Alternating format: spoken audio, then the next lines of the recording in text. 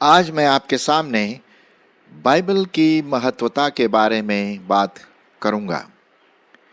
परमेश्वर ने हजारों साल पहले अपने आप का प्रकाशन किया। हालांकि उसने अपने वचनों के द्वारा, प्रभु यीशु मसीह के द्वारा, सृष्टि के द्वारा किया, लेकिन सबसे महत्वपूर्ण जो हम जानते हैं, बाइबल जो परमेश्वर का वचन है, उसके द्वारा उसने अपने आप का प्रकाशन किया। और बाइबल ही या परमेश्वर का वचन ही वो किताब है जो परमेश्वर ने अपने फूंक के द्वारा, पवित्र आत्मा के द्वारा उसको रचा। और इसी को ध्यान में रखते हुए आज मैं आपके सामने कुछ बातों को रखना मांगता हूँ। विशेष करके भजन संहिता और उसका 119 अध्याय और 14 पद में लिखा हुआ है, जो मैं आपके सामने पढ़ना मांगता हूँ। मैं तेरी चितौनियों के मार्ग से मानो सब प्रकार के धन से हर्षित हूँ। मतलब लिखने वाला, ज़्यादातर लोग बोलते हैं कि ये दाऊद का लिखा हुआ भजन संहिता है, तो वो बताता है कि कितना खुश होता है वो व्यक्ति जो धन पाता है, भंडार पाता है। और इसी को ध्यान में रखते हुए मैं कुछ बातों को आपके सामने रखने की कोशिश करूँगा। अब धन किसको पसंद नहीं है भाई? धन तो मुझे भी पसंद है। मेरे ख्याल में हम सबों को धन बहुत पसंद है, क्योंकि ये बहुत ज़रूरी चीज़ है हमारे दिनचर्या के लिए। खर्चे हैं, कई प्रकार के खर्चे जो हमारे जीवन के लिए होना चाहिए। तो उसी प्रकार से आत्मिक जीवन के लिए वचन जो है हमारे लिए आत्मिक धन है। और यही बात यहाँ पर लिखा हुआ है 14 पद में, मैं तेरी चितौनियों मतलब वचन के मार्ग से मानो सब प्रकार के धन से भी हर्षित हुआ हूँ। ये हम देखते हैं परमेश्वर का वचन, क्योंकि इसी के द्वारा पूरी दुनिया की सृष्टि की गई। परमेश्वर ने अपने वचन के द्वारा ही आपको और मुझको बनाया और जीवन का श्वास फूका। और यही वचन है जो हमें कई प्रकार के बुद्धिमान की बात और ज्ञान की बात, परमेश्वर के बारे में कई बातों के बारे में ये बताते हैं। तो हम देखते हैं कि धन से भी कहीं ज़्यादा परमेश्वर का वचन बहुत महत्वपूर्ण है। अगला पद हम देखेंगे और वो पाया जाता है 72 पद। जरा देख लेते हैं 72 पद क्या लिखा हुआ है। इसी भजन संहिता 119 और उसका 72, तेरी दी हुई व्यवस्था मेरे लिए हजारों रुपयों और मोहरों से भी उत्तम है। क्या बात है! लिखने वाला कहता है कि वचन की उत्तमता, वचन की महत्वता इतनी है कि करोड़ों रुपया भी अगर हमें दिया जाए और उससे भी ज़्यादा जो महत्वपूर्ण है वो है परमेश्वर का वचन, जो आपके हाथ में है, आपके घर में है, बाइबल के रूप में, जिसे हम बाइबल करके पुकारते हैं कि ये परमेश्वर का वचन है। फिर उसके बाद हम देखते हैं 119 और 127 पद हम देखेंगे। 119 का 127 पद क्या लिखा हुआ है, सुनिए। इस कारण मैंने तेरी आज्ञाओं को सोने से वरन कुंदन से भी अधिक प्रिय जाना है। मतलब सोना, चांदी और कुंदन और हीरा मोती, पैसे, धन दौलत, इन सबों से बढ़ करके परमेश्वर का वचन दाऊद हमें बताता है। ये परमेश्वर का वचन 162 पद भी मैं आपके लिए पढ़ देता हूँ, इसी से संबंधित है, जो बहुत महत्वपूर्ण है। जैसे कोई बड़ी लूट पाकर हर्षित होता है, वैसे ही मैं तेरे वचन के कारण हर्षित होता है।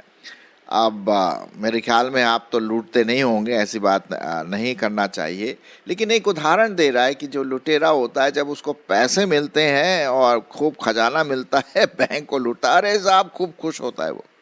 खैर, ये तो गलत बात है, लेकिन एक यहाँ पर उपमा दी गई है कि जैसे उसको खुशी होती है, उससे ज़्यादा आपको और मुझको खुशी होनी चाहिए जब हम परमेश्वर का वचन पढ़ते हैं, उसको सुनते हैं, उसके अनुसार चलते हैं, उस पर मनन करते हैं, तब तो ये बात बनती है।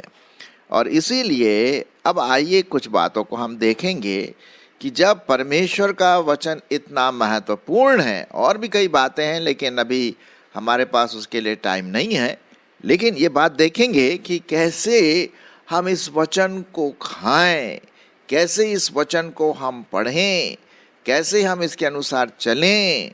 ये तो बहुत इम्पोर्टेंट बात है। अब ये कहना कि भाई वचन बहुत इम्पोर्टेंट है, बाइबल की शिक्षा हमारे लिए बहुत महत्वपूर्ण है, सिर्फ इतना कहना तो काफ़ी नहीं है। वो तो कोई भी कह देगा। दाऊद ने तो अपने अनुभव से इस बात को देखा, तौला, और तब उसने अनुभव के द्वारा ये बातें यहाँ पर लिखी हैं। तो पहला हम देखते हैं पद इसी से संबंधित, परमेश्वर का वचन हमारे लिए एक आत्मिक खाना है। इसी से संबंधित मैं आपके सामने कुछ पदों को पढ़ने की कोशिश करूंगा। पहले तो हम पढ़ेंगे इज़ीकेल की किताब, यहेजकेल की किताब और उसका 2 अध्याय 8 पद। यहेजकेल की किताब उसका 2 अध्याय और 8 पद। क्या लिखा हुआ? परमेश्वर कहता है, परंतु हे मनुष्य की संतान, जो मैं तुझसे कहता हूँ उसे तू सुन ले, और उस विद्रोही घराने के समान तू भी विद्रोही ना बनना। जो मैं तुझे देता हूँ उसे मुंह खोल करके खा ले। तो परमेश्वर क्या देता है ताकि हम उसे खाएं? 9वां पद, तब मैंने दृष्टि की और क्या देखा कि मेरी ओर एक हाथ बढ़ा हुआ है, और उसमें पुस्तक है, एक पुस्तक है। उसको उसने मेरे सामने खोल कर फैलाया, और वह दोनों ओर लिखी हुई थी, और उसमें जो लिखा था वे विलाप, शोक और दुख से भरे वचन थे। फिर हम देखते हैं 3 अध्याय और उसका 1 पद। तब उसने मुझसे कहा, हे मनुष्य के संतान, जो तुझे मिला उसे खा ले, अर्थात इस पुस्तक को खा, तब जाकर इज़राइल के घराने से बात कर। और देखते हैं कि उसने खाया। तो परमेश्वर का वचन खाना है, आत्मिक खाना। अब आत्मिक खाने का मतलब ये नहीं कि आप बाइबल की कोई पुड़िया बना लीजिए और उसको दिन में 3 बार लीजिए, ये कहने का मतलब नहीं। ये उपमा दी गई यहाँ पर खाने का, कि हम उस वचन को अपने मन में ले लें, अपने व्यक्तित्व में ले लें, पढ़ने के द्वारा, सुनने के द्वारा। जैसे हम खाते हैं ना आत्मिक खाना, शारीरिक खाना, वैसे ही आत्मिक खाना भी हम खाएं। और ये खाना हम पढ़ने के द्वारा, मनन करने के द्वारा और उसके अनुसार चलने के द्वारा हम कर सकते हैं। तो ये है। प्रभु यीशु मसीह ने एक बार कहा, मैं आपके लिए पढ़ूंगा, मत्ती उसका 4 अध्याय और 4 पद। क्या लिखा हुआ है? यीशु ने उत्तर दिया, लिखा है, मनुष्य केवल रोटी ही से नहीं परंतु हर एक वचन से जो परमेश्वर के मुख से निकलता है जीवित रहेगा। तो ये आत्मिक जीवन हमारे लिए बहुत इम्पोर्टेंट है। जैसे शारीरिक जीवन के लिए खाना बहुत ज़रूरी है, वैसे ही आत्मिक जीवन के लिए, आत्मा में स्ट्रॉन्ग होने के लिए, आत्मा में मजबूत होने के लिए, आत्मिक लड़ाई लड़ने के लिए परमेश्वर का वचन खाना है, अपने दिल में लेना है, अपने मन में भरना है। तभी हम हिष्ट पुष्ट आत्मिक रीति से बनेंगे। ठीक है, तो ये बात बहुत इम्पोर्टेंट है। अच्छा, जब इतना वचन इतना महत्वपूर्ण है तो और क्या हम देखते हैं। एक पद मैं आपके लिए पढ़ूंगा कि जब लोगों ने परमेश्वर का वचन सुना तो वो दिल से वो कट गए, उनका हृदय छिद गया, वे उनका विवेक उनको काटा कि सुनो परमेश्वर का वचन। उसी प्रकार से आपको और मुझको भी परमेश्वर के वचन को लेना है। मैं आपके लिए पढ़ूंगा प्रेरितों के काम उसका 2 अध्याय, प्रेरितों के काम 2 अध्याय 41 से 47 पद। देखिए परमेश्वर का वचन क्या करता है। अतः जिन्होंने उसका वचन ग्रहण किया उन्होंने बपतिस्मा लिया, और उसी दिन 3000 मनुष्यों के लगभग उसमें मिल गए, और वे प्रेरितों से शिक्षा पाने, संगति रखने में, रोटी तोड़ने में, प्रार्थना करने में लौलीन रहे। देखिए ये परमेश्वर के वचन का प्रभाव है जब हम परमेश्वर के वचन को लेते हैं, खाते हैं, पढ़ते हैं, मनन करते हैं, तो हमारे जीवन में परिवर्तन आता है। आगे पढ़ते हैं 43 पद, और सब लोगों पर भय छा गया और बहुत से अद्भुत काम और चिन्ह प्रेरितों के द्वारा प्रकट होते थे, और वे सभी विश्वास करने वाले इकट्ठे रहते थे, और उनकी सब वस्तुएं साझे की थी, और वे अपनी अपनी संपत्ति और सामान बेच बेच कर जैसी जिसकी आवश्यकता होती थी बांट दिया करते थे। और वे प्रतिदिन एक मन होकर मंदिर में इकट्ठे होते थे, और घर घर रोटी तोड़ते हुए आनंद और मन की सिधाई से भोजन किया करते थे, और परमेश्वर की स्तुति करते थे, और सब लोग उनसे प्रसन्न थे, और जो उद्धार पाते थे उनको प्रभु प्रतिदिन उनमें मिला देता था। तो मैंने ये क्यों पढ़ा आपके सामने? इसलिए पढ़ा क्योंकि जब उन्होंने वचन को ग्रहण किया तब ये सब बातें हुई। पहली शताब्दी का जो चर्च था वो वचन को ग्रहण करने के बाद ही हुआ। ये आपके जीवन में भी हुआ होगा। अगर नहीं हुआ है तो आज अपना बाइबल निकाले, धूल उल से सब उसको साफ करे, साफ करके फिर पढ़े, है ना। कई बार हम लोग क्या करते हैं, वचन बहुत पवित्र है, बाइबल बहुत पवित्र है, तो उसको साफ सुथरी जगह पर रख देते हैं, वहीं पड़ी रहती है वो। और कभी हम निकाल लेते हैं, जैसे संडे हुआ या कोई मीटिंग हो रही तो भैया बाइबल उठा लिया। अरे भाई, ये रोज का खाना है। हम लोग क्या शारीरिक खाना ऐसे खाते हैं? अरे रोज खाते हैं, दिन में तो 3 बार खाते ही खाते हैं है कि नहीं? तो उसी प्रकार से वचन को जितना हम पढ़ेंगे उतना हम, जैसे प्रेरितों के काम में जो चर्च बढ़ता गया, मेरी और आपकी बढ़ोतरी होगी, परिपक्वता आएगी, और वचन से हमारे हृदय में और हमारी आत्मा में एक कार्य होगा। इसी से संबंधित प्रभु का वचन क्या कहता है? कुलूसियों उसका 3 अध्याय, कुलूसियों उसका 3 अध्याय और 16 पद क्या लिखा हुआ है? यहाँ पर लिखा हुआ है, मसीह के वचन को अर्थात बाइबल को अपने हृदय में अधिकाई से बसने दो, और सिद्ध ज्ञान सहित एक दूसरे को सिखाओ, चिताओ, और अपने अपने मन में कृतज्ञता के साथ परमेश्वर के लिए भजन, स्तुति गान और आत्मिक गीत गाया करो। तो ये है, मसीह के वचन को जब हम अपने हृदय में अधिकाई से बसने देंगे, और अधिकाई से बसने का मतलब क्या है? जितना जब भी होता है हम वचन को पढ़ें, मनन करें। भजन संहिता तो इसी के बारे में बताता है, धन्य है वह जो दुष्टों की युक्ति पर नहीं चलता, पापियों के मार्ग में खड़ा नहीं होता, ठट्ठा करने वालों की मंडली में नहीं बैठता। तो करता क्या है? वो रात दिन तेरे वचन पर ध्यान और मनन करता है। हाँ, और फिर लिखा हुआ है कि जब वो ऐसा करता तो वो फल लाता, उसके पत्ते कभी मुरझाते नहीं। क्यों भैया? क्योंकि उसकी जड़ वो वचन रूपी पानी में है, और वो लगातार उसको पानी मिलता रहता है ना, आत्मिक जल। तो इसलिए वो व्यक्ति बढ़ता रहता है। तो मेरे प्रियो, जो हम वचन के बारे में जो बात कह रहे हैं उसको सुनना है और सुन करके चलना भी है उसके अनुसार। इसीलिए मैंने यहाँ पर देख रहे जो पिक्चर लिखा हुआ, बड़े भारी शब्द में लिखा है वचन है, और बाइबल का एक पिक्चर है वहाँ पर।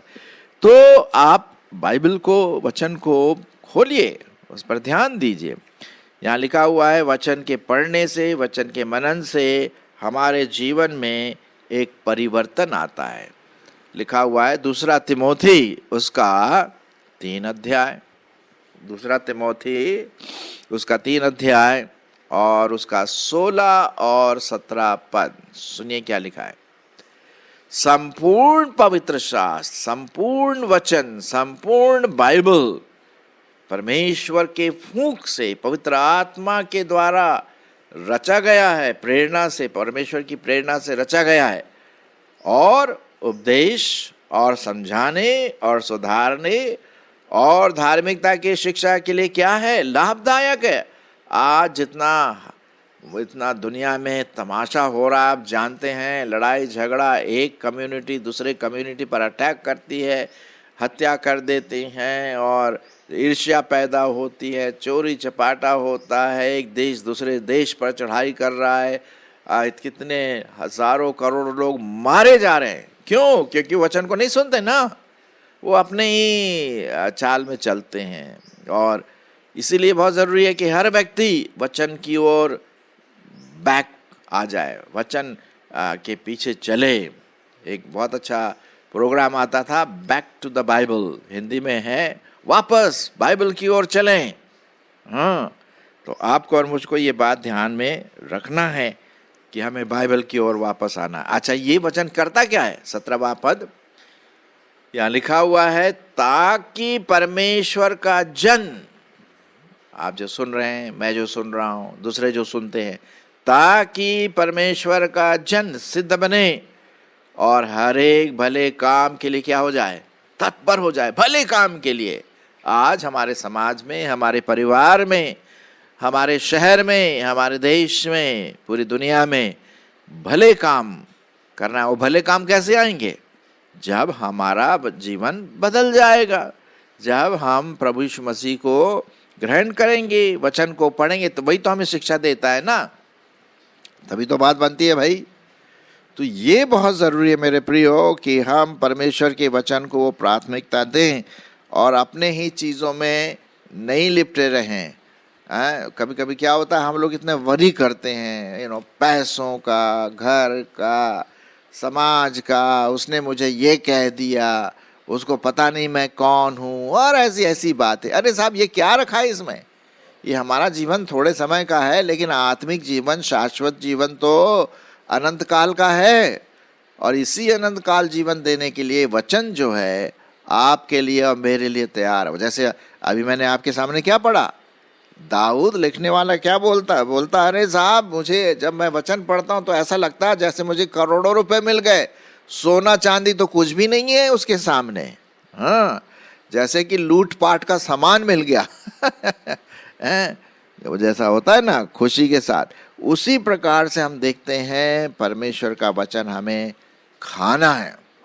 खाने का मतलब मनन करना है, उसके अनुसार हमें चलना है, तभी तो बात बनती। यदि आप भजन संहिता 119 पूरा पढ़ें, मैं आपको आज चुनौती देता हूं कि आप भजन संहिता 119 पढ़ें पूरा, और हर वचन में, हर पद में आपको बाइबल के बारे में बात आएगी, बाइबल के बारे में बात आएगी, वचन के बारे में बात आएगी, उसकी महत्वता के बारे में बात आएगी। वचन है जो हमें बुद्धिमान बनाता है।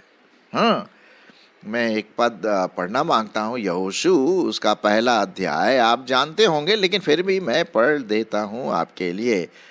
यहोशू और उसका 1 अध्याय और 8 पद, क्या लिखा हुआ है? व्यवस्था की यह पुस्तक या वचन, बाइबल, तेरे चित्त से, तेरे मन से कभी न उतरने पाए, इसी में रात दिन ध्यान दिए रहना, इसलिए कि जो कुछ उसमें लिखा है उसके अनुसार करने की तू अगर चौकसी करे, क्योंकि ऐसा करने से तेरे सब काम सफल होंगे और तू प्रभावशाली रहेगा। क्या बात है, प्रभावशाली रहेगा। क्या मैंने तुझे आज्ञा नहीं दी? या बांधकर दृढ़ हो जा, भय न खा, तेरा मन कच्चा ना हो, क्योंकि जहां जहां तू जाएगा वहां वहां तेरा परमेश्वर यहोवा तेरे संग रहेगा। ये है साहब जीवते परमेश्वर की वाणी, जो वचन बाइबल के रूप में हमारे सामने आया है, जीवता वचन। क्या आप अपना काम सफल चाहते हैं? क्या आप प्रभावशाली होना चाहते हैं? तो साहब वचन पढ़िए। अभी हमारे चर्च में कल गवाही हुई थी, गवाही दिया, 2 लोगों ने गवाही दिया। एक व्यक्ति ने 2 महीने में पूरा बाइबल पढ़ लिया, उसको मालूम क्या हो गया? नौकरी मिल गई, जो नौकरी की तलाश में था वो, हैं, और घर भी बन गया दूसरे व्यक्ति ने भी ऐसी गवाही दी कि उसने 1 साल में पूरी बाइबल खत्म कर दी और उसको परमेश्वर ने आशीष दिया। अब हम लोग इसलिए नहीं करते हैं कि भाई परमेश्वर में इस प्रकार की चीज़ें दे, लेकिन वो देता है क्योंकि ये आशीष है उसकी तरफ से, है ना। तो आप ज़रूर परमेश्वर के वचन को महत्व दीजिए, उत्तम मानिए, प्रथम स्थान दीजिए, ताकि परमेश्वर आपको आत्मिक रीति से तो इस्तेमाल करेगा ही करेगा, आत्मिक रीति से आपको आशीष देगा ही देगा, आत्मिक रीति से आप परिपक्व तो होंगे ही होंगे, लेकिन इस जीवन में भी परमेश्वर आपको आशीष देगा। हालेलुया। क्यों? क्योंकि भाई उसने प्रॉमिस किया है, उसने प्रतिज्ञा दी है, तो परमेश्वर तो झूठ नहीं बोलता ना।